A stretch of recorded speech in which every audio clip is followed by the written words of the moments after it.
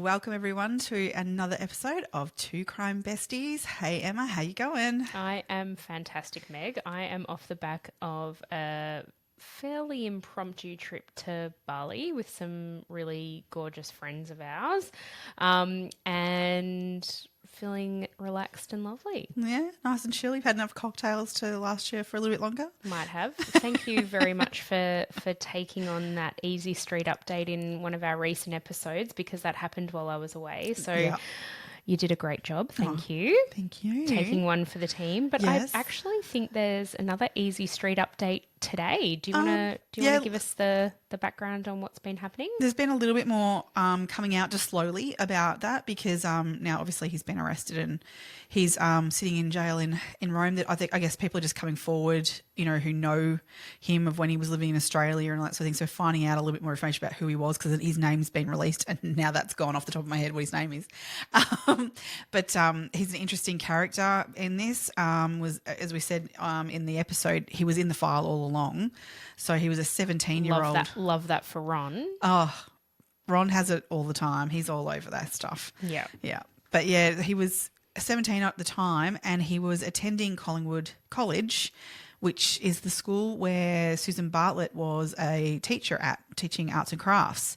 So there is a connection there where they may have known each other. So that's curious. Although is that his brother came out to say that? I think so. I think so. But now his brother's come out again to say, oh, actually, I got it wrong. He wasn't there. But although other people have then also come out to say he was there. Anyway, his name is Perry Corumbulas. There we go. That's it. Yeah.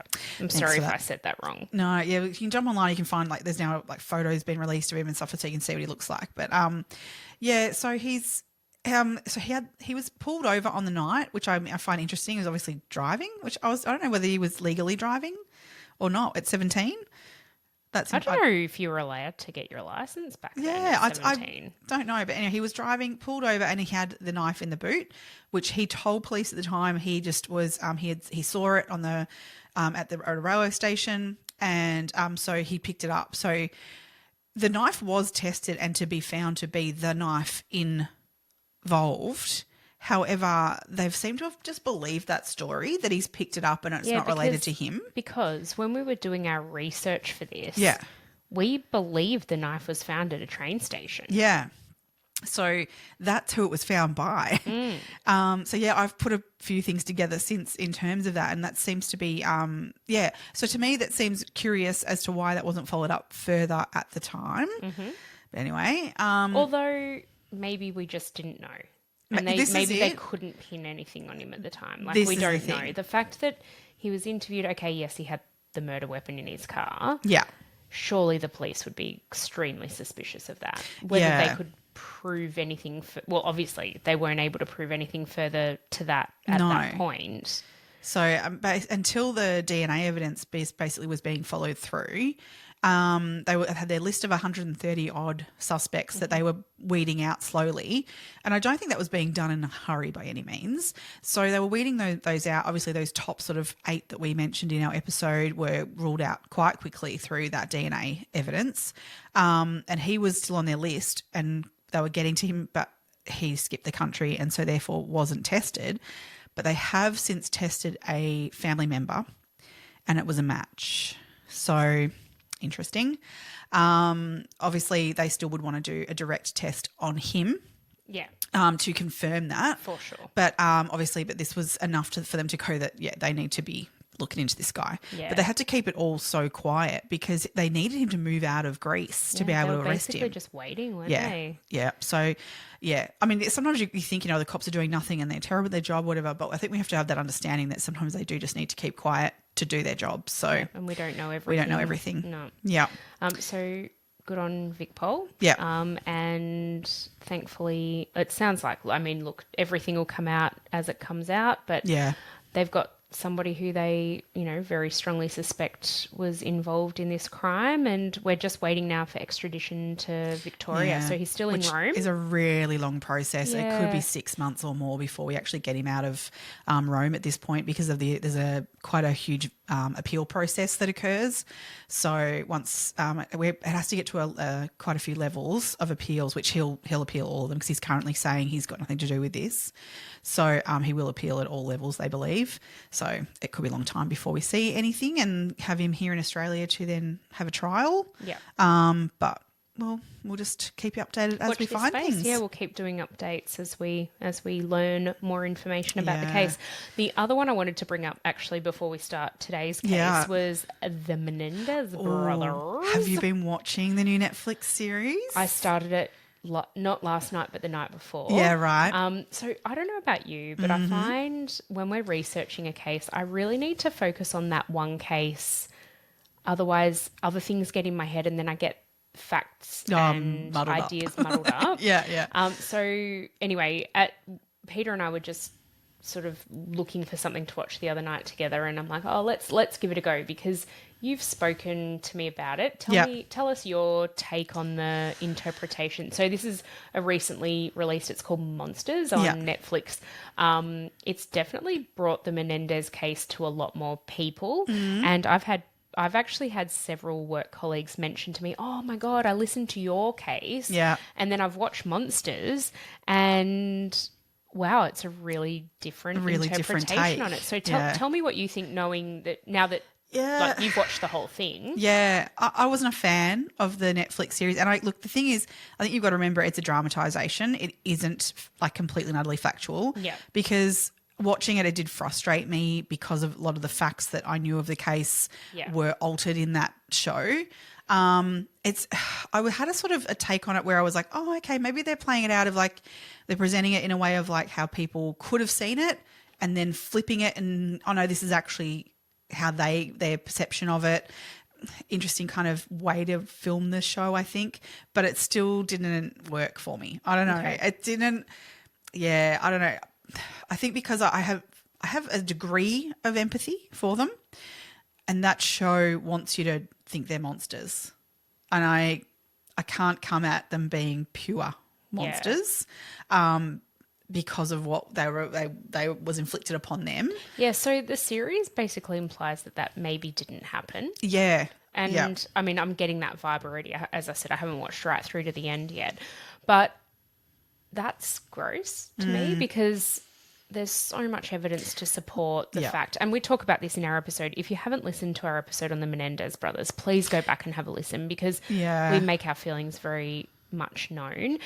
You mentioned when we were chatting about it the other day that there's another documentary coming out. There is another documentary coming out where Eric Menendez particularly, I'm not so sure of Lyle, what he's had involvement in it, but particularly Eric has had some input into that documentary. Okay. Whether they interview him or whether he's just given advice on the background, I don't know yet. It hasn't because it hasn't been released. Okay. But there is another one coming out very soon, and I think that could be a more factual. So it depends on what you're looking for. Look, I really enjoyed this. So this was also made by the same people who did the Dharma one. Oh, yeah. And I really liked that. Yeah, that was good. But I just wonder whether because I had researched Menendez brothers so heavily and had such an understanding of it, that it just influenced my opinion on it. I've heard other people also come to me and kind of go, I don't really like it. Like, so I don't know, biased, I don't know, but listen to our podcast maybe if you want the facts of what the case actually ensured. Yeah. Yeah. And then you can make your own judgment. But I guess it's a reminder to watch everything quite critically. Like, everybody has their own agenda. And I mean, even when we're researching things, like I know you're the same. We tend to form an opinion, which we're very sort of vocal about when we're talking through the episodes. I think you guys have an idea of what we think at the end of the day. But everyone's entitled to their own opinions, and we're super curious to hear what everyone has to say. Yeah. No, I'd love to hear, opposing thoughts on it and, try and change our minds and our opinions. That's it. Yeah. I'm very careful with my research in that generally, not that I'm going to get everything right, but I don't generally take things as fact until I've seen it in a number of places, that sort of stuff, and check my reputable sources. Yeah. Which is why I think when I watched it, I was like, I don't think so. Yeah, there's even watching the episodes that I have so far, there's a few things I'm like, well, I know that didn't happen and I know that happened that way. And yeah. So I guess they've taken some creative license to make it more entertaining or whatever. But they've definitely made the two boys unappealing. Yeah. And I don't know. I don't know if that's a positive or a negative thing, because at the end of the day they did do what they did. Yep. But context is a lot. Absolutely, especially in this case. Oh, in any case, but especially in this case. Yeah. All right. But yes, interesting. Should we get into today's case then? Let's do that. So this one, I think we sort of thought wasn't going to be a big one until you get into it and sort of start researching it and go, there's actually a fair bit here. So today we're going to talk about Karen Ristevski. So Karen Ristevski was from Avondale Heights in just western suburbs of Melbourne, which again is in our sort of local-ish to us, on the other side of town to us. Yep. So this case is fairly recent. So it's very fresh in our minds. I know I remember a lot of this occurring in real time. So yeah, but the thing is, now researching it, it's like you sort of get a different perspective, I guess, of what you saw from the news, 4 or 5 years ago when this was occurring, or longer than that now, isn't it? Actually more like 8 years ago. We'll get into it. Now, before we get into it, we need to discuss some pronunciations. Oh, yeah, as we do. Karen's husband, who is a pivotal character in this story. So his name is, well, we were talking about the pronunciation of his name. We've decided to call him throughout this podcast Borce. Mm-hmm. His name is actually Borce. We've also heard on different publications and in different podcasts when we've been researching this, people calling him Borce. Yeah. There is a home video in which he refers to himself as Borce, and that's why we've decided to go down that path. A lot of the more reputable news agencies who've also covered this story also call him Borce, so that's what we're doing. Yep. But it's probably worth noting that his name is actually Borce, and probably pronounced Borce, traditionally. We dare say he's Australianised it and gone with Boris, as as we tend to do here in Australia. That's it. So Borce and Karen. So Karen was born in Wellington in New Zealand on the 7th of Feb 1969. Borce and Karen had a daughter together named Sarah. There is a lot of information about Sarah out on the internet. She's been interviewed by a very prominent program in Australia, 60 Minutes. It's a very interesting interview, and we are going to talk about that a lot today. Yeah. But definitely go and have a watch, because it really informs what a lot of the opinions that we've had for the episode today. Borce actually has a son from a previous relationship as well, Anthony. He lived with Karen, Borce and Sarah during his teen years, but in his 20s and at the time of Karen's disappearance and subsequent known murder, he wasn't living with the family at the time. And again, we will get into his involvement in this sort of later on down the track. Yep. So Karen went missing from their beautiful Avondale Heights home on the 29th of June in 2016. It was a Wednesday morning. Yep. Nothing sort of out of the ordinary according to everybody around her. She left home at 10 o'clock in the morning after what Borce describes as an argument over money. So Karen and I guess, did Borce co-own that the clothing business? I believe so. I believe it was family business. They were, he was in on it as well. Did he work at all in that business? I got a vibe that potentially he may have maybe had a little bit of to do with the books, maybe on an odd occasion, but okay. Well, he was certainly not all that happy. This is all according to him at this point. He wasn't happy that the day's takings from the day before were only $850 and it wasn't enough to sort of make ends meet for the business, so they had a clothing store called Bella Blue was it Water Gardens Shopping Centre. Yeah. They had also, within the previous months, they had a second site that they'd actually closed down at a different shopping centre in Melbourne. So obviously the business wasn't going all that well. Yeah, there was a fair bit of debt attached to the business. Yeah, I believe the business itself had a roughly $600,000 debt, and as a couple, they had around $1 million debt. Is that about right? 1.2 million, okay, including a mortgage, some credit card debt. Yeah. So there's a significant amount of money owing. Yeah. And so, look, I can understand if you're owning your own business, that's a really tough gig. And if you're in that amount of debt, absolutely, you'd be watching the books every single day. Yeah. According to Borce, he's had this argument that, you know, there's only been $850 worth of takings. I believe Water Gardens Shopping Centre had actually, like, they'd been, like, looking for their money. So things were really tight. Hadn't been paying rent. Hadn't paid rent, or they were definitely owing rent. Yeah. And so, yeah, Borce is saying they've had an argument about the previous day's takings. Now, mind you, Sarah was home this morning previous to the argument. Yeah. But Borce was just watching TV on the couch while Karen was in the study trying to sort of work on the books and figure out what to do. I think she was actually looking at potentially... was she looking at another line of clothing or I think she was looking at some designs and stuff and what okay. colours she might order of certain things for the store. Right. Yeah. So she'd asked Sarah's opinion on colours or something. And right. So she's looking to try and, I don't know, further the business in some way, obviously. Doing some buying or whatever. Yeah. To, add to the range or something in the store. Yep. So she's, according to Borce, they've had this argument and she's left the house. So Sarah left she was doing an internship or something. Yes, she was. Yeah. She was I think now she's a graphic designer. So I believe she was doing an internship in that field. She just turned 21 a few weeks prior, and had left the morning herself to go off to do this bit of a job that she was doing. So she wasn't home. I think she might have left sort of 8:30ish in the morning or something. Mm-hmm. And then so this is all sort of, according to Borce, has taken part. This argument has taken place after Sarah has left. Yeah. So they've had their argument, and according to him, she's then left the house to cool down after an argument. And then as the days progressed, Sarah has been trying to contact her, just as she does. She's very close with her mum and her dad.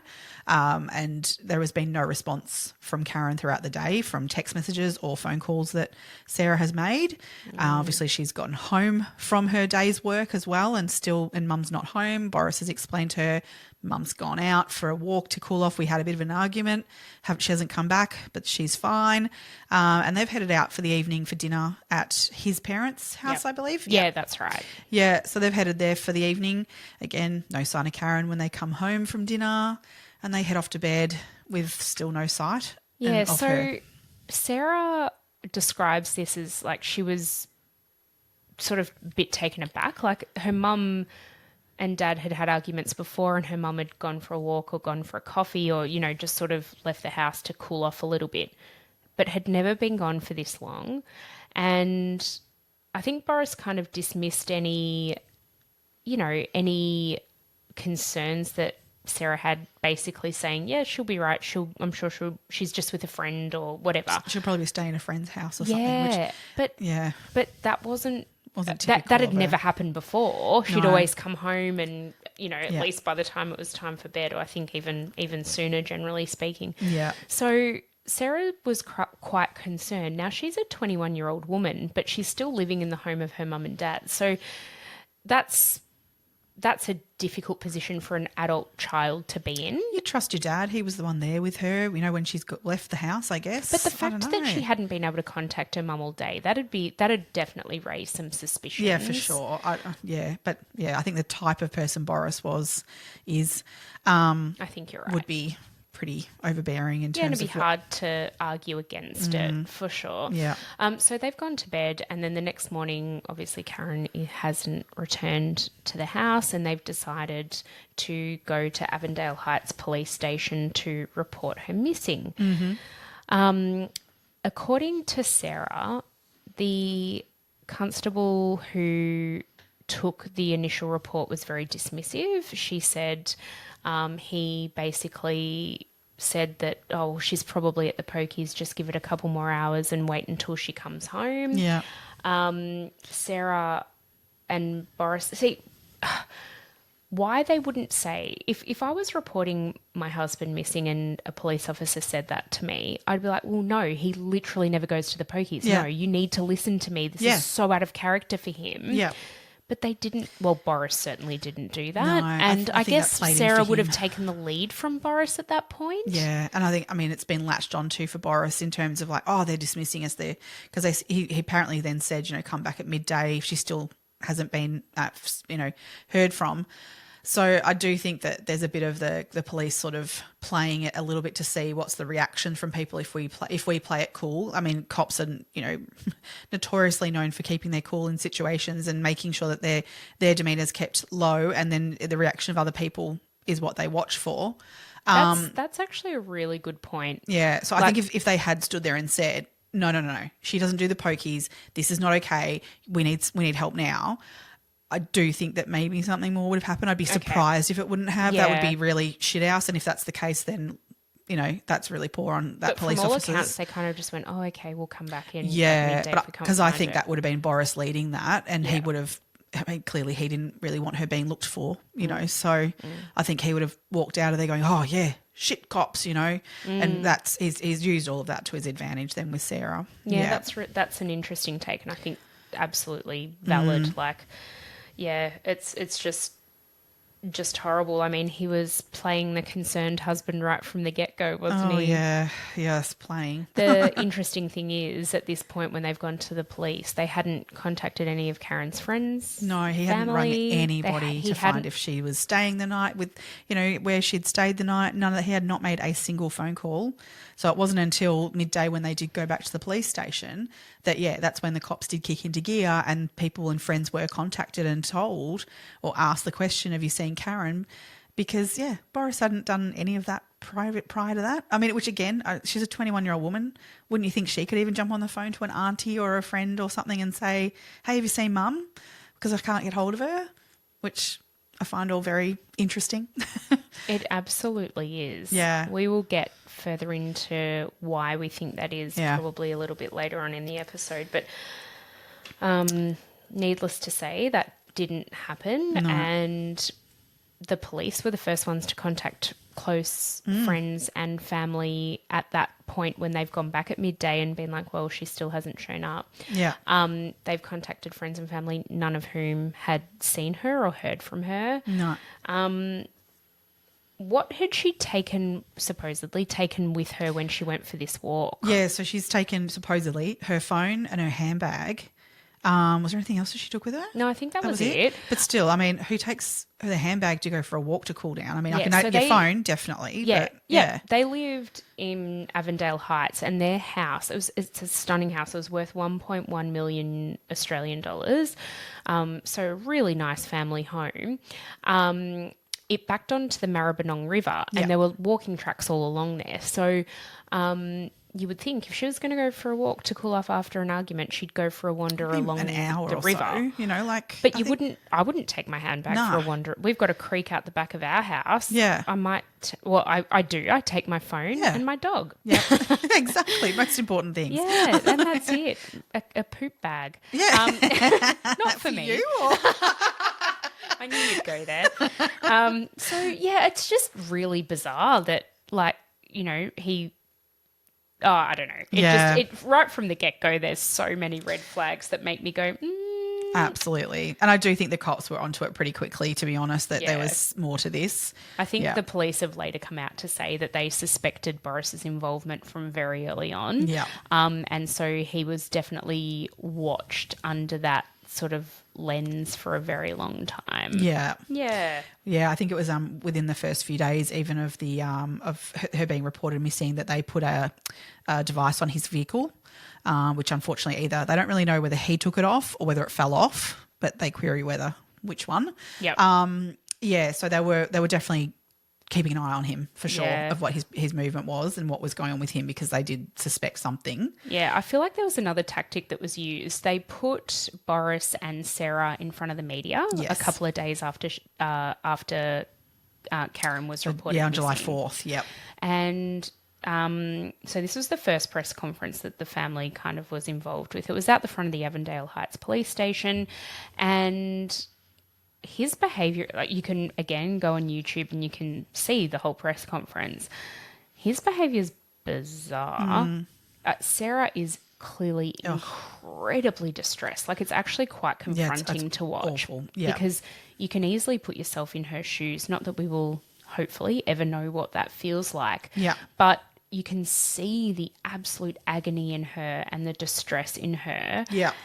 And the perceived distress in Borce. Yeah. He's interesting. That's for damn sure. He's got this like really gruff look on his face. Like, it's not, there's nothing soft about him. There's nothing, it's like he looks angry, actually. Yeah, he looks angry. Police are kind of, as we said, are quite suspicious, and They interviewed him about July 8th, I think it was. They actually pulled him in for his first formal interview in what he knew of the situation, which obviously at that point he denied any wrongdoing, other than just he kept actually going back over at that point even about sort of dismissing that it wasn't, their finances were fine, even though they had an argument. He kept really reiterating this fact around, like, but we're not in a dire situation with our finances, and was like trying to like justify that, and the cops were quite taken aback by that, because there was really no concern in that interview around where Karen was. It was more about justifying that, that their finances aren't as bad as it sounds. And like, if you're in $1.1 million of debt that you can't finance on a monthly basis, you're in trouble. Yeah. Like, and Borce was not really working at the time. He had like odd jobs. He was an Uber driver for a bit. He did like construction labouring, like as in like just here and there. Here like and there was there. nothing Was nothing consistent. No. So to me, if you're in a family situation where you've got a business that's running that, needs some help to get going properly, which isn't going great, and then what's he doing? Sitting around watching TV? Like, why isn't he working? Why isn't he going out and paying the mortgage so that the business can pay for itself, rather than the money out of the business having to pay for the mortgage as well as all the other debt? And they're living a pretty huge lifestyle in that, Well, they had really expensive cars. Like Karen's car was a Mercedes, like a really like sort of later model Mercedes. And they were certainly portraying a certain image out there. Yeah. I mean, there's no one, we're talking here 2016, 2017, even then, trying to live off of one wage for a family, is pretty difficult. I mean, I can't imagine sitting there going, it's sweet, the wife's business is going to pay for all of us to live this life of luxury. $600,000 in debt. Yeah. I can't understand. You'd hope that eventually that might be the case, but you can't just pretend like that's happening before it's actually happening. Yeah, but they're hard work. Like, you've got to put in what, you get out of it. Well, it's a 7-day a week. Like, she was working in retail in a major shopping centre over that side of town. Like, that's hard. Yeah. Yeah. That's Absolutely. a lot of hours. That's a lot of people. Yeah. But I guess the biggest crack really showed for Borce at a second interview. I can't speak. Press conference. In front of the media, then on July 14th. So this was really interesting. So Patricia Gray, who was Karen's aunt, came forward, and so she was the one out the front speaking, and Borce and Sarah were standing behind her during this one.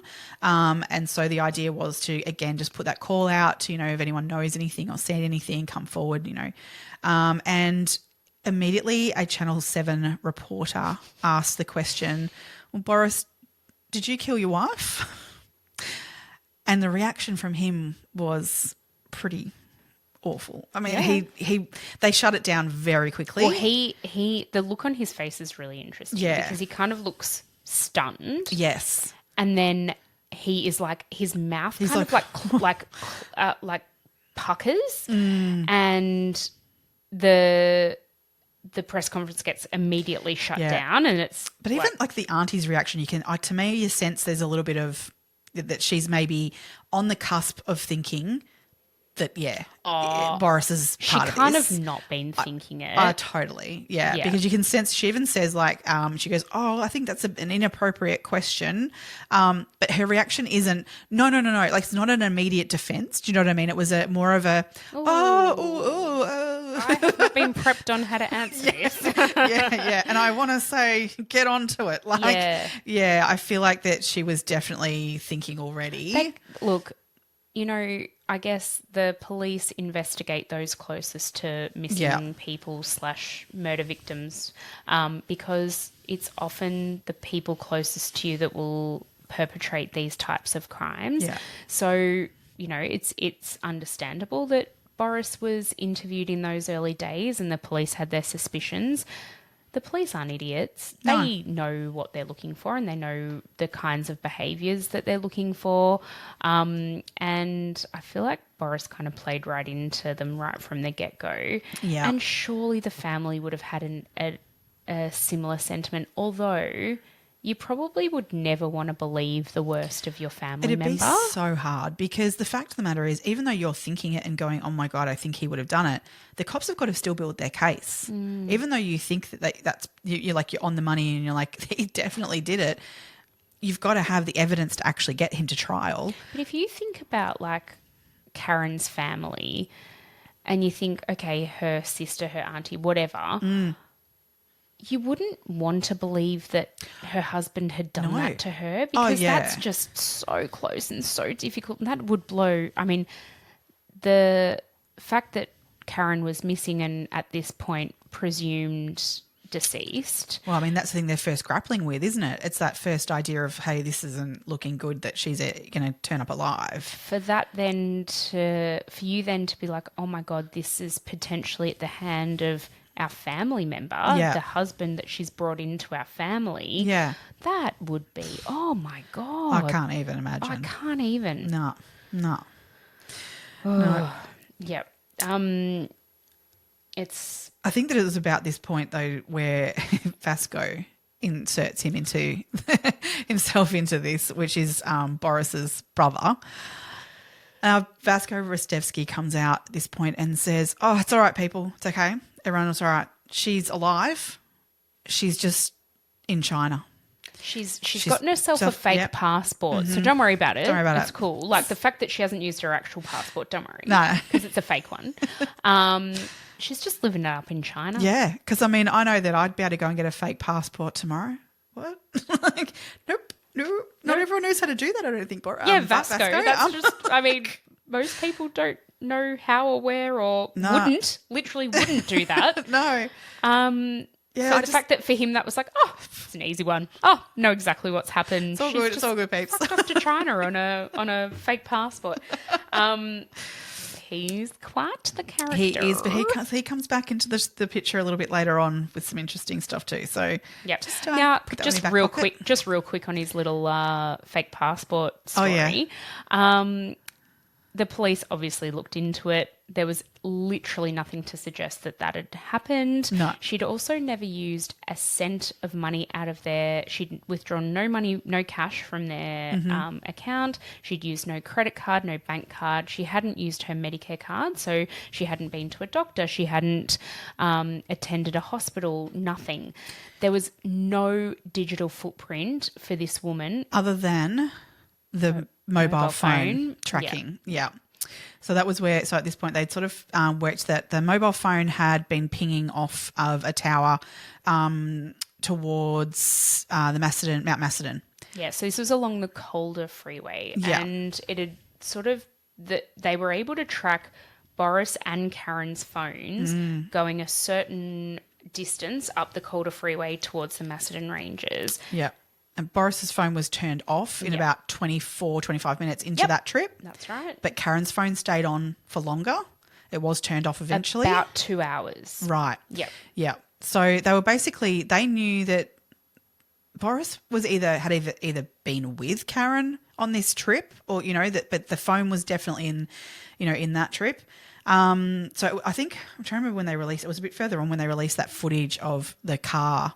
I remember it being on the news really predominantly, where they got some CCTV footage as well of the black Mercedes driving along near Diggers Rest, I think it was. Yeah, it was near Diggers Rest. Yeah. They actually didn't release that footage until after her body was found in 2017, in Feb of 2017. So they were hunting for anything, because they were following the route of obviously thinking, okay, this is where the mobile phones are kind of pinging from towers. They can only pick up so much, information in terms of where that they actually are. It's only a direction that they're heading, really. Mm-hmm. So I guess then they would have been hunting every CCTV with on all the roads and things to try and see if they can spot a car that looks familiar. But I wonder what the difference is between 2017 CCTV / dash cams and 2024. I feel like every car on the road now has a dash cam. Yeah, I think there's a lot more again now than there would have been then. Yeah, for sure. And we're not that far removed from it. It's, what is it, 7 years ago? Yeah, it's not that long ago, but I think you'd still find they've been increased for sure. And even just the quality of the video that you'd get. Exactly. Yep. I just feel like there'd be...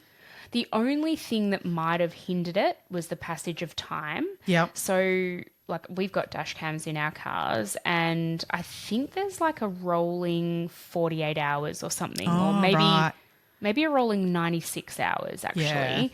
Yeah. But then it just records over itself. Yeah, it doesn't go to the cloud kind of thing or anything. I don't. You pay extra maybe to do that. Yeah, maybe. I don't think so. So we've got it for if we're in an accident or someone hits our car or something. You can press a button. If you press a button on it, it'll record it. Yeah, and you'll have that forever. Yeah. But so, maybe timing would have played a part in this if there were more dash cams, if there were dash cams around potentially. Yeah, maybe. But the fact that they were able to get this CCTV many, many months later makes me think that they probably had it a lot earlier than... I think so. I think that they were releasing things when it was suited to them to get the information they needed, for sure. Yeah, so basically they started looking and actually started doing full searches of areas in that north region, sort of to learn valley, started looking bushland. They actually drained some dams and scoured all the bushland and grasslands in a particular area where they thought maybe could be a potential area for her body. However, it wasn't until February 20th, 2017, so that they actually found Karen's body. There were a couple of guys working out in the Mount Macedon region. Yep, a couple of brothers. They were tapping a pine tree or something like that, doing something around out in the area, Some kind of research or something. I think, or they were horticultural people. I don't know. Doing stuff with trees. They were sort of more off the beaten track than a normal day walker, sort of, a day hiker from the city might be. That's it. Yeah. And so they got this waft of a smell, which was like, what the hell is that? And so they started looking around to sort of see what this smell was, and unfortunately came across some remains that were sort of poking out of the ground near these trees that were laying. Two trees had sort of fallen near each other and creating this kind of V shape. And there was a skull, I believe, and a foot that was sort of coming out of the ground, which obviously, animals had sort of disrupted the scene a little bit as well. And so, they called the police in pretty quickly. Took an extra day, obviously, to then actually confirm that, unfortunately, it was the remains of Karen Ristevski found in Mount Macedon. Her body was incredibly decomposed at the time, so I think it was 8 months following her disappearance that her body was found. So it had been out in, sort of over summer. Animals had certainly played a part in disturbing the remains. And when the autopsy was done, her body was so badly decomposed that they were actually unable to establish a cause of death. Yeah. So they looked at whether or not she was potentially strangled or shot or stabbed or, lots or of head injury or something. Or but nothing was conclusive. So I guess the the police at the time had sort of been putting together a narrative of what they thought had happened on the day, and the inference from them was that an altercation had happened in the home following an argument about the money. They kind of thought that that was probably very likely. And something had come about that meant Karen met an untimely end. So there were a couple of different ways they sort of thought that might have happened. They thought maybe Borce had pushed her and she'd fallen and hit her head on something, and that had caused her death, or that he'd actually strangled her. Yeah. The police forensically investigated the house at the point that they'd found Karen's body. They were able to obtain a warrant to search lots and lots of different things in the house. So not only looking for forensic evidence, but they were also able to seize laptops and other digital devices. They basically tore the house apart and checked everything. They did not find any blood or any microscopic particles of any kind in terms of DNA in that house. So I think at that point the police were pretty satisfied that Borce had probably strangled her. Now, we know, because we're true crime buffs or two crime besties, that generally speaking, if somebody has been strangled, their hyoid bone has been damaged. Yeah. And that was certainly looked at upon autopsy, but her hyoid bone had been removed or it had been dislodged. Yeah. But they just couldn't rule out whether or not that had happened due to animals in the area, or whether that had happened in the process, unfortunately. To this day, Borce hasn't come forward with how Karen's murder happened, so we actually don't know.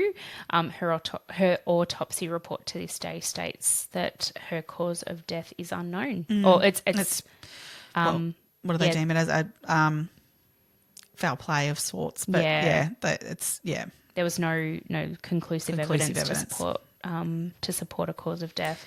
Yeah.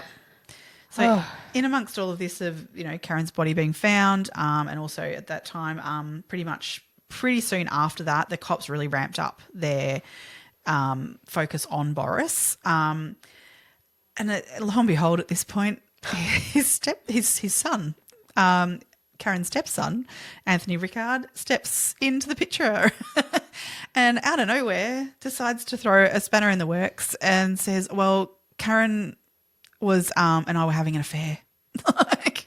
We were doing it. Yeah. Since I was living with them when I was a teenager, we were having an affair, and our plan was always to run off together when she was 21, when Sarah was 21. Yep. And that this was, all because of the relationship between him and Karen, that's probably why this happened to her.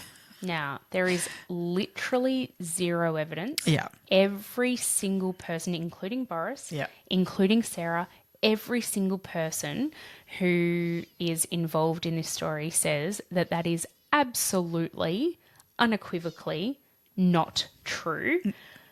This guy's a fucking fruit. Oh, he's quite an interesting character. I mean, he's clearly had an interesting childhood by the sounds of things. Yeah. I mean, when it even got to court for this case, he was meant to give evidence at the court hearing. His house was raided the day before. He was refusing to give evidence at the trial, but he was actually the house was being raided for other reasons. And he was arrested for hiding from the police to avoid to give evidence, but also for drug charges as well as other things. So he clearly had a bit of a rap sheet of his own and a bit odd. It was just a bit odd. Incredibly odd. Yeah. He ended up, did he go to prison? Yeah. Yeah. So, he had his own shit going on, and he obviously wasn't the most upstanding member of society. Oh, no, because that's the thing. That was right. There was also, there was the drugs that he was being, there was a warrant out for his arrest for some drugs, as well as a breach of an IVO as well. So that's right. Yeah, fucking throw him in jail and Yeah. So clearly apple don't fall far from the tree, Yep. unfortunately, I don't think, really, to be honest. So, yeah, he was an interesting character. My favourite part about him, though, when he came into this story was that he was determined. He was like, that his dad did this, which is not often that you have the kid coming out, going, it's my dad. Because Sarah's completely the opposite. She's like, Dad did not do this. Anyway. No. Yep. So Anthony came out and he said, I knew that he did it like as soon as I saw him on that first media release, right? And he goes, I saw it in his eyes. One eye shitting at himself and the other one, like a little Terminator. I knew he did it. One eye shitting himself. The other one like the little Terminator. Oh, mate. Okay. Yeah, cool. So interesting character just to throw in there at that point when everyone's reeling from stuff. So gotta love that. Yeah. So then at this point, obviously, so they started ramping up looking at Borce, but they get to the point of they get to have a funeral for Karen, which I just think that this is utterly gross. Oh, it's so gross. Borce was obviously, he still wasn't arrested or anything. It was they were just getting closer and closer to getting him, but he hadn't been arrested yet. So he was at the funeral and he carried her. He was one of the pallbearers for her coffin, carried it out of the church, and he was just filmed by, obviously media were far away, but from a distance they filmed him just putting on this show of, emotion. He was the grieving husband. He was bawling his eyes out. He was a pallbearer at the front, so he was one of the front on one right side next to and her brother on the other. And her brother says now that he knew at that point that Borce had done it, and he had to go along with it because at that point he hadn't been arrested. No. Can you imagine? Oh, it'd be awful. I can't even that would just be dreadful. Just even to this day, that would give you the absolute shits that he was there grieving. Like you don't get the right to grieve. He wasn't grieving. No. He was just putting it on for show. And Sarah bought it hook, line and sinker, their daughter. Mm-hmm. She believed her dad obviously from the minute she asked him where her mum was. Yep. On the day that she went missing. It's pretty horrific. About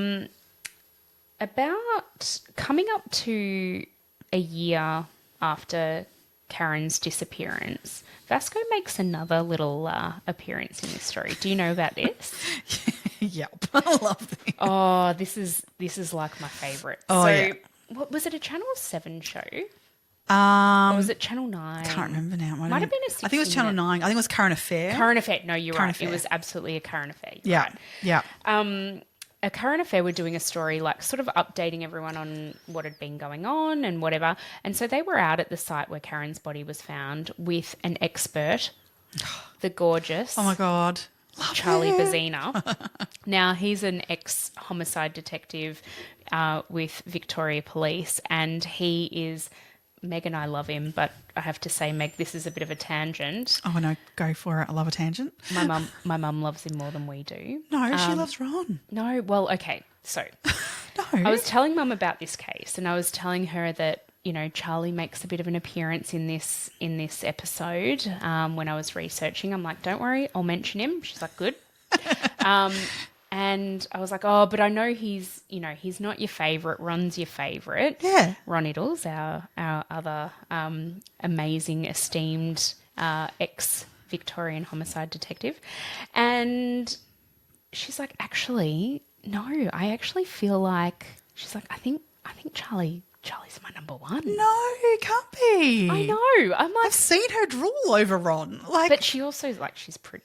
goes a bit weak at the knees for Charlie too. No, but the Ron thing makes sense to me entirely. Whereas Charlie for me doesn't make as much sense because Ron looks like your dad. He does. Ron actually does look like my dad. There is a real resemblance there. So I'm shocked, Lynn. I'm shocked.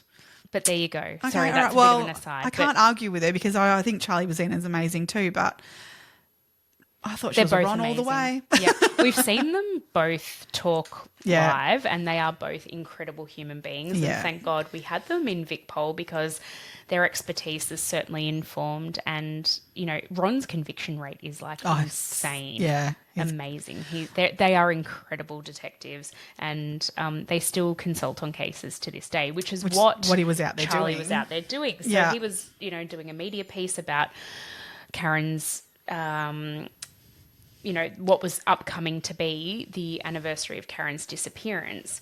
And while they're there, who pops up? Our mate Vasco.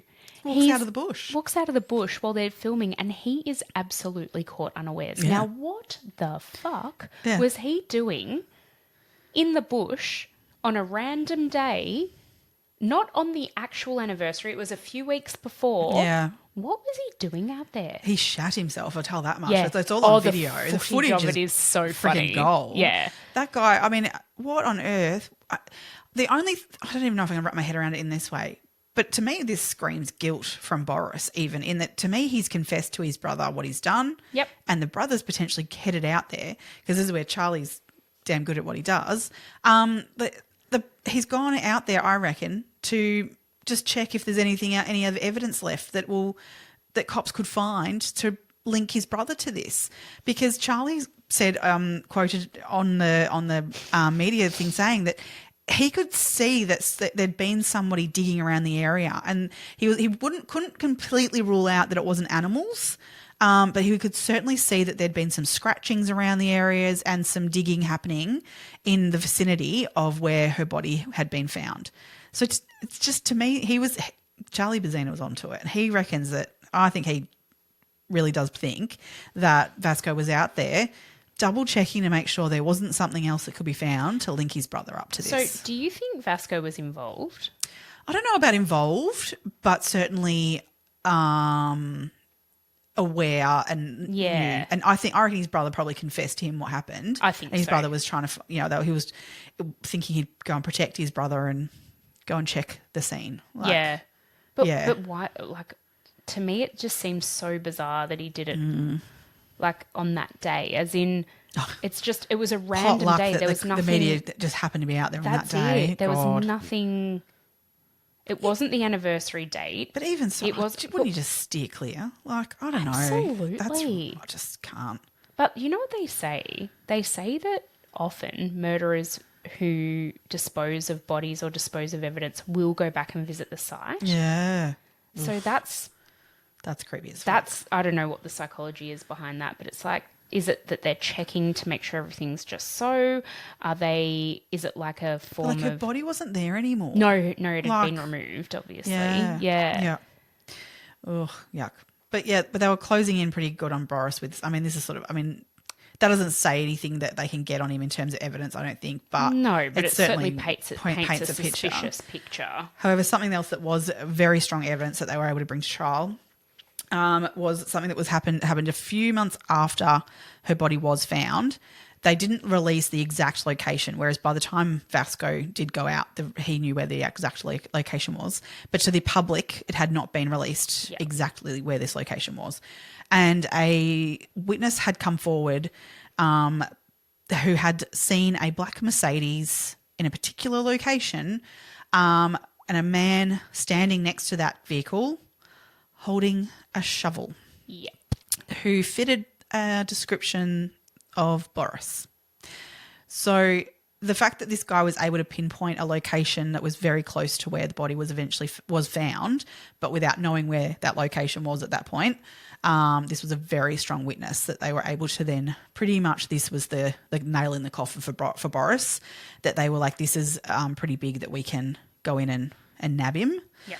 The other bit of evidence that they had found also was when they did do the search of the house, they did find on iPad some pretty suspicious searches that had been taken on there, including how police trace phones, how to delete mobile phone data, and how to police detect blood.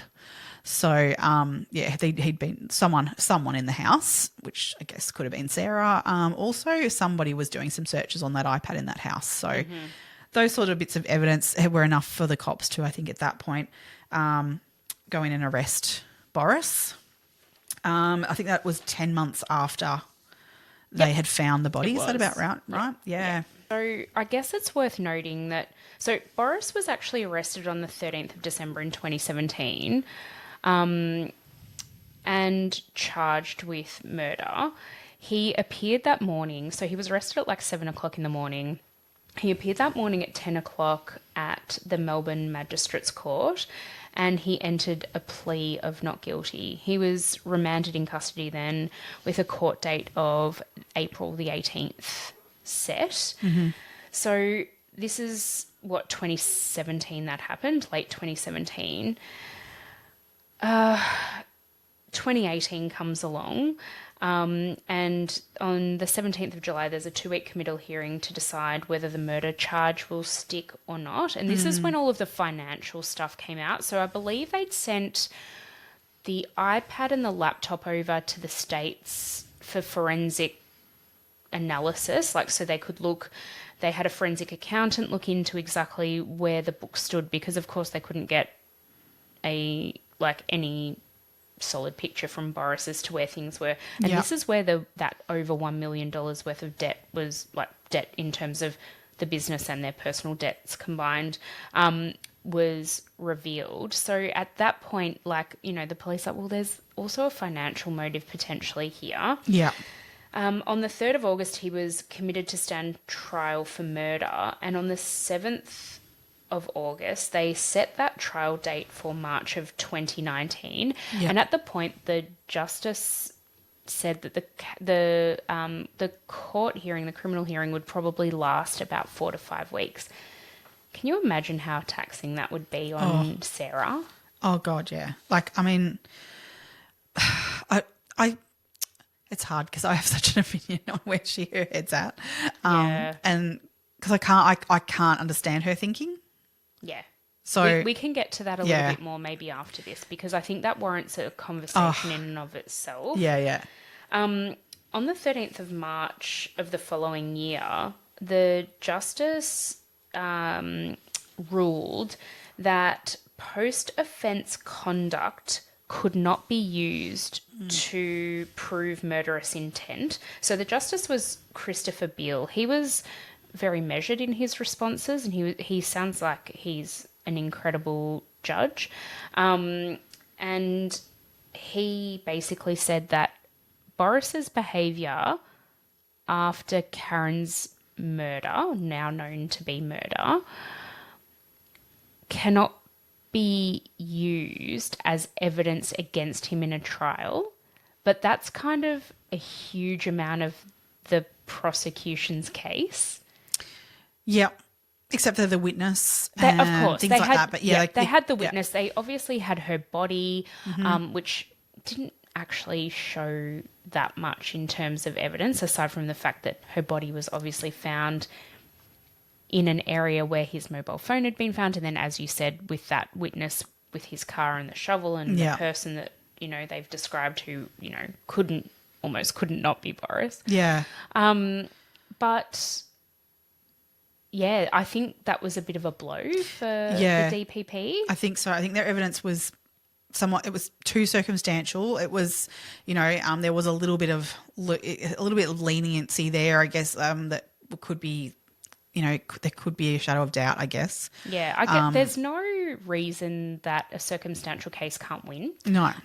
In terms of prosecution, but it is more difficult, and it's certainly something that would have been taken into consideration. So I think at this point a manslaughter charge was offered to Borce and he declined that originally. But then was it 2 or 3 days before? It was pretty close. It was very close. Yeah, I think it was 2 days before. A couple of days before he was set to go to trial. He backflipped. Yeah, backflipped. Decided to say guilty to manslaughter.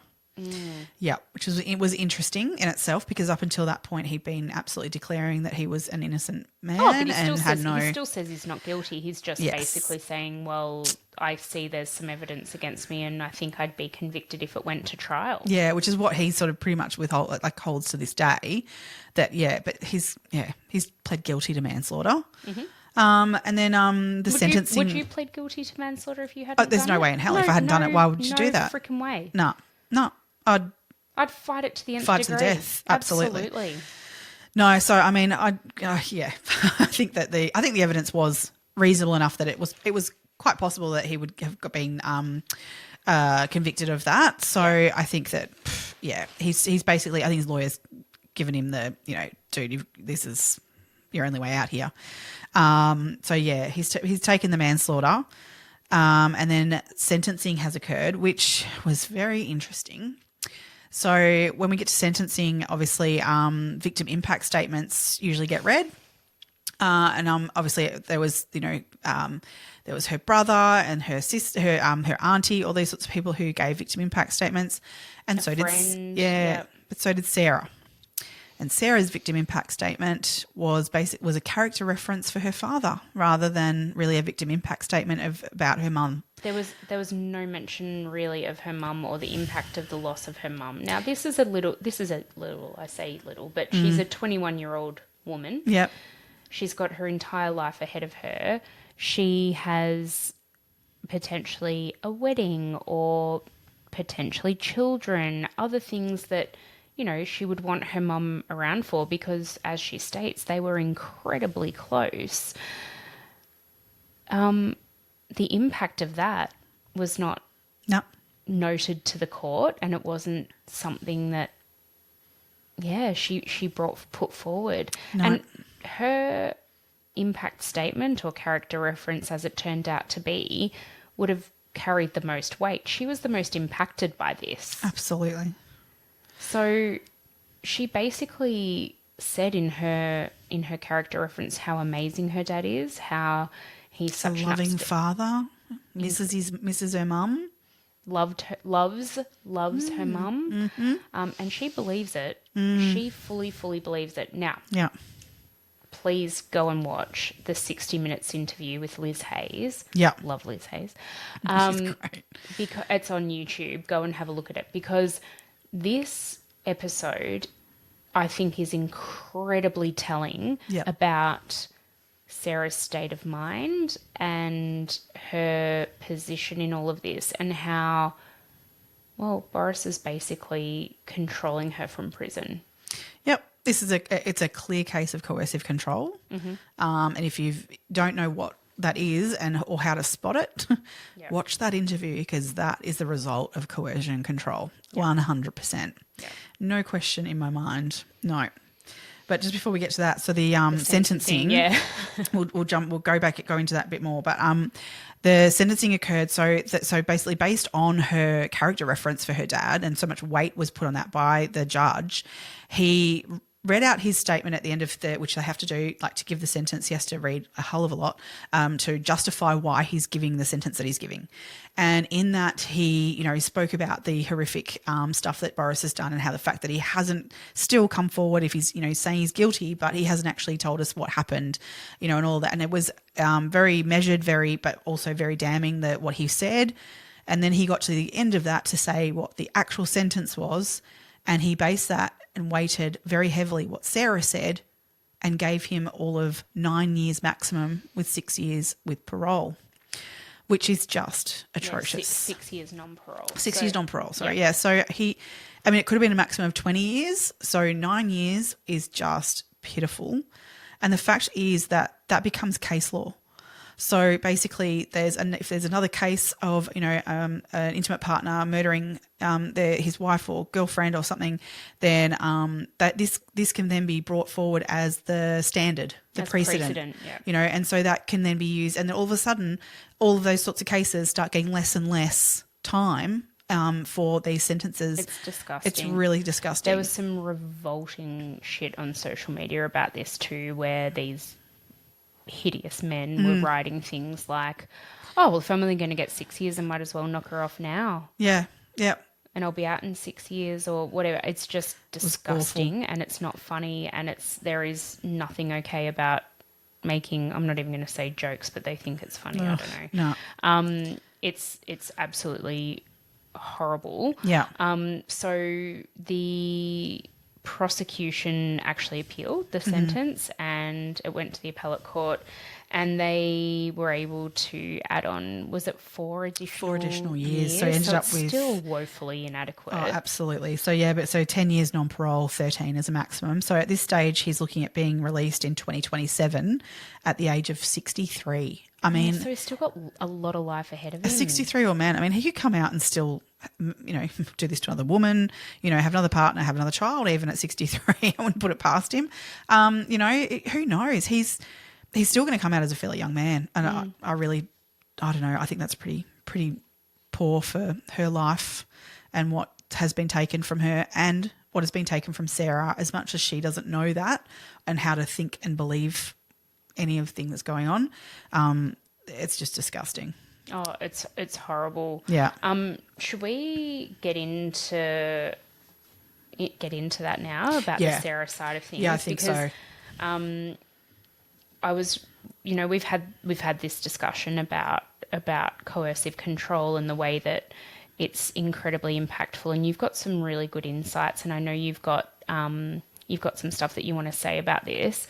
Before we get into sort of the nitty-gritty of it, I think it's really worth noting that if any of the things that we're about to discuss are impacting you in any way, there are a lot of resources available, so please reach out. So in Australia, there's 1-800-RESPECT, which you can call at any time. We've got Orange Door, which you can go to for resources as well, and we can leave those links in our show notes too. But please know that if you identify with any of the things that we're about to discuss, please know that there are organisations that you can reach out to support you through this in the immediate instance and longer term too. Yep, for sure. Yeah. So, look, that interview with Sarah is absolutely heartbreaking. There's no other way to look at it. I mean, you watch her, she's a shell of a person. I mean, I actually noted when I was watching it that she's 24 in that interview and she appears very immature. And again, that's that result of that coercion and control, that he has made her not grow enough, and become. I mean, I know other women who, friends of mine who have lost parents, at young ages, not in these sorts of circumstances, yes, but it makes them grow up a lot faster because they've lost that parent. They, step into those roles and those adult roles, very easily and quickly. She hasn't done that. She seems still very quite immature. She talks to her dad in prison twice a day. Yeah. She visits him, I think, weekly. Yeah. She's still very much beholden to him, and in the interview with Liz Hayes, she's asked a lot of direct questions about whether she thinks things have happened or what she thinks has happened or things about her dad being involved in the murder of her mum. And she never answers a question directly. I feel like you can really tell she's been coached in what to say, and Liz Hayes absolutely thinks the same thing. You can tell by the way she sort of pursues the questions, and also by the fact that she gets that expert to sort of review some of the interview. Yeah, Laura Richards, who views it. Yeah, she's interesting. She's awesome. Yeah, so she's a behaviourist. She profiles and things like that. She's worked on a lot of DV cases. She was very impressive in her work that she's done, and she's watched this case out of interest more than anything from the get-go. It's in her field, but she watched that interview that Liz Hayes did back with her, and something that really stood out was how Sarah described her dad as charismatic, and I just can't with that, because charismatic traits are used to manipulate people. That's not a positive trait to have. No. If you're charming someone, you're manipulating them. You Absolutely. are putting a spell over them. And who would describe their dad as charismatic? Yeah. There are 1,000 different words I can think to describe my dad. Yeah. None of them would be charismatic because I know him on such a different level. You might describe some, I don't know, person you might meet randomly and quickly as, oh yeah, they were really charismatic. They sort of engaged me very quickly.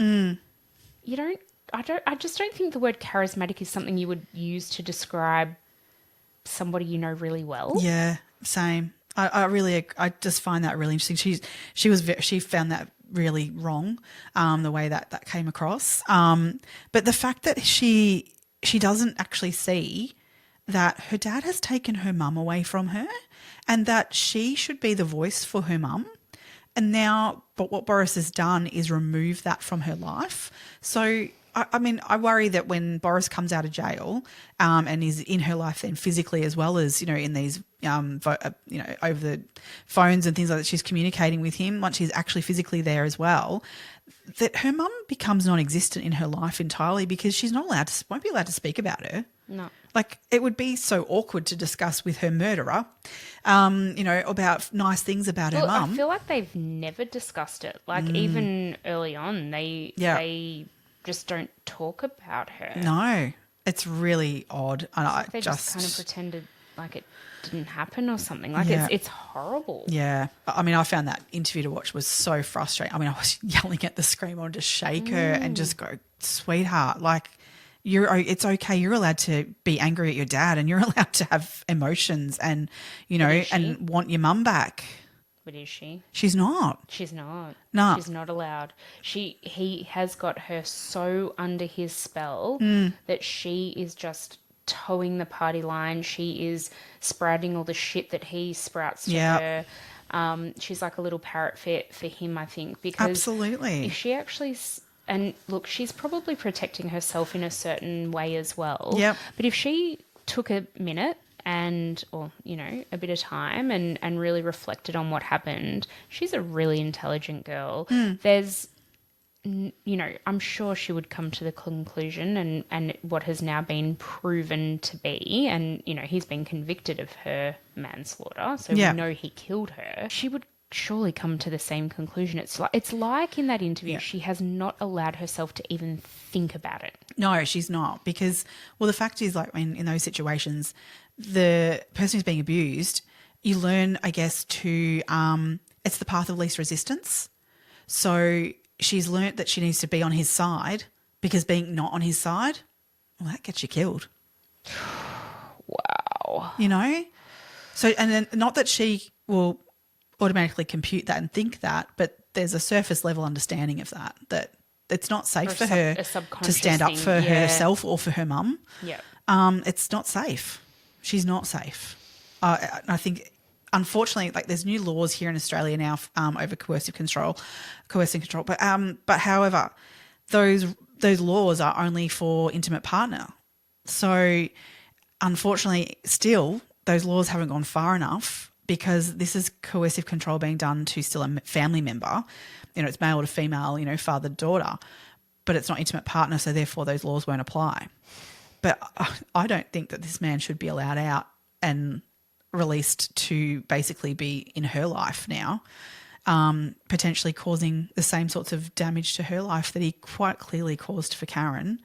I know that there was an article I was reading about how he's been moved from one jail to another, and it was being queried as to why, which they don't answer with those questions, why prisoners have been moved, but they did allude to the fact that it was most likely due to good behaviour, and the fact that he was, being moving forward towards reform.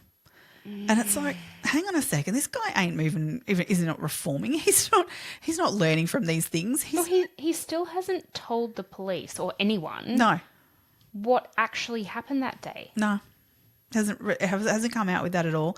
I mean, as you were saying before, it's most likely this guy strangled her, since there was no blood found. I mean, if there was an accident, wouldn't you think he would just have come forward and said, right, yeah, it's manslaughter because I pushed her. Like, oh my God. Well, you would do get that. Some help. But let's say worst case scenario, he's gone through the process and he's got rid of her body. Like, but then, you've been caught, you fess up and you say, yep, I pushed her. She fell. I didn't know what to do. That's when I went and took her body and whatever. And that was the wrong thing to do. But there's some little layer of, empathy that you can have for that person, and potentially there's, possibility for reform and all those sorts of things. But this guy is next level, I reckon. And to me, he is someone who has come up and he has strangled, because that's full on intent to kill. That's not now manslaughter.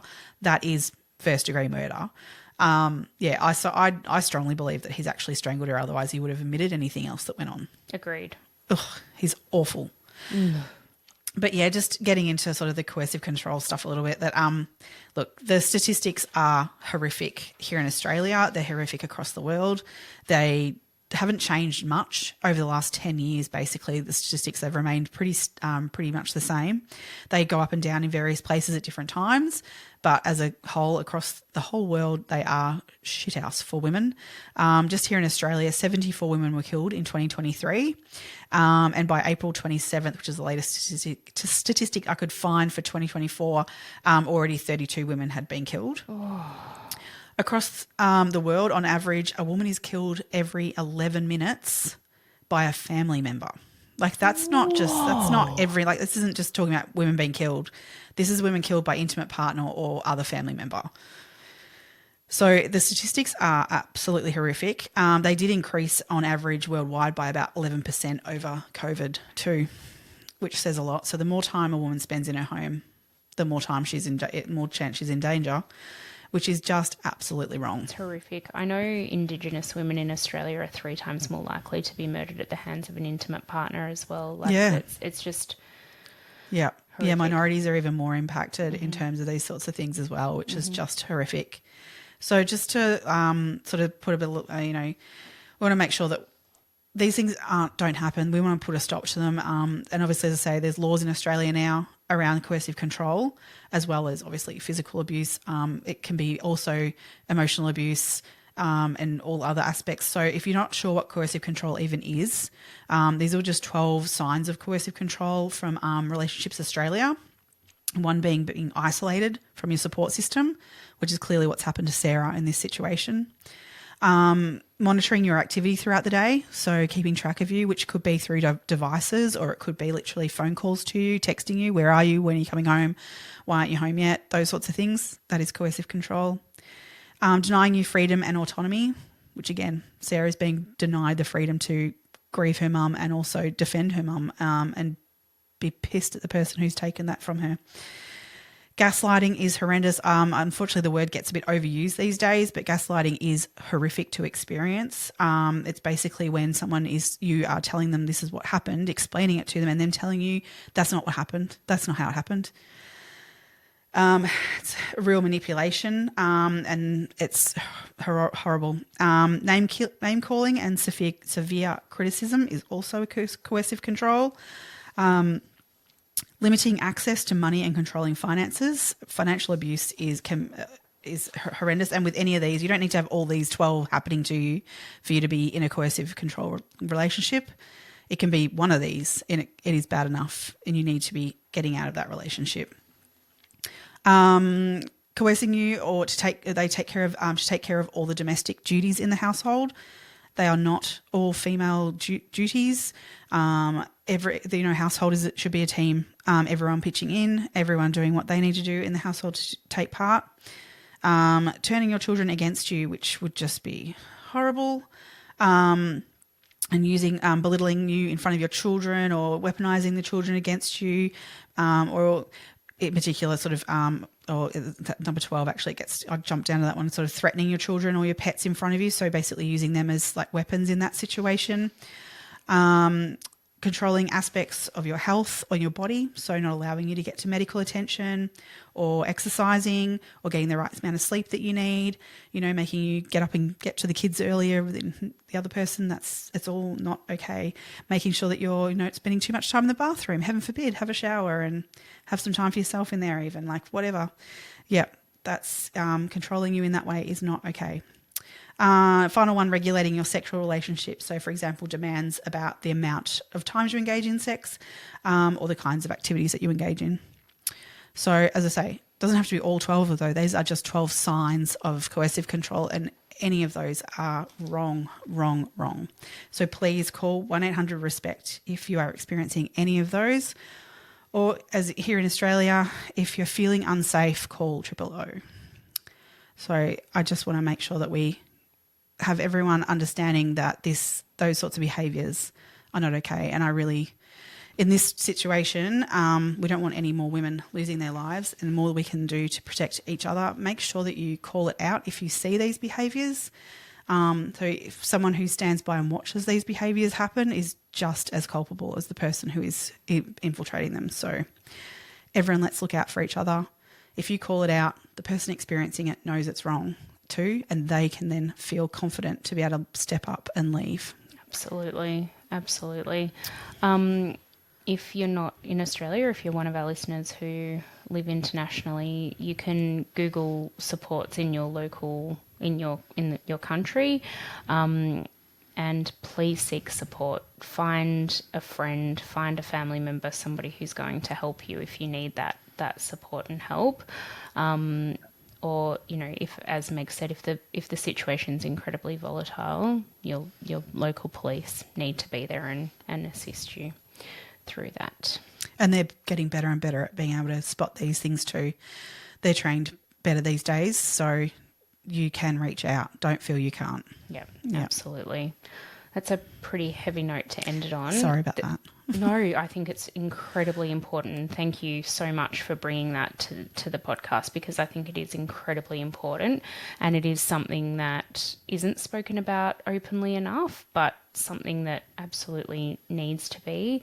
And the fact that, you know, we've got a little more context now around what coercive control is, that you can maybe spot that within somebody's relationship. You might be able to have that little chat with a girlfriend or a family member on the side and say, hey, I've just noticed this. How can I help you? And it might not be the first time you have that conversation with the person that they reach out and ask for your help or accept the help that you're offering, but persist with it because it's incredibly important. Yep. On that note, I think... I also wanted to add, just quickly, that, yes, Karen Ristevski, I honestly believe, was a victim of domestic violence and quite possibly coercive control. But also she was a very beautiful person who was incredibly caring, and that's how she needs to be remembered, even if her daughter can't do it for her. She was someone who gave her time and her to charity. She, made clothing for people who had mastectomies during breast cancer and donated them to women to wear for special events and things. So I think that she just needs to be remembered as an absolutely incredible person as well. So, Agreed. By all accounts from everybody who knew her, she was an incredible human being, and, you know, the world is a worse place without her here. For sure. Yeah. All right, we'll leave it at that. Absolutely. Well, next week we're actually talking about Elizabeth Holmes, so it's quite a different, quite a different type of case, but another really interesting one for you. So stay tuned for that next Tuesday. We release episodes every Tuesday, so please come back, like us in your podcasting apps, please, because it really helps. You know, if you follow us, we can get our episodes out to more and more listeners. Meg is doing an absolutely stellar job of getting us out there on TikTok. So please, again, go and follow us over on TikTok. And Emma's trying to convince me to do more crazy stuff on TikTok. Tell us if you want us to or not. I'm in the camp of maybe not. I want to do trending stuff. Do the dances, is that what we do? Yeah, I mean, you know, yes. We'll see who wins. Go and follow us over on TikTok and see who won that argument. All right, thank you so much for joining us, everyone, and we'll see you next week. Absolutely. Stay curious, crime besties.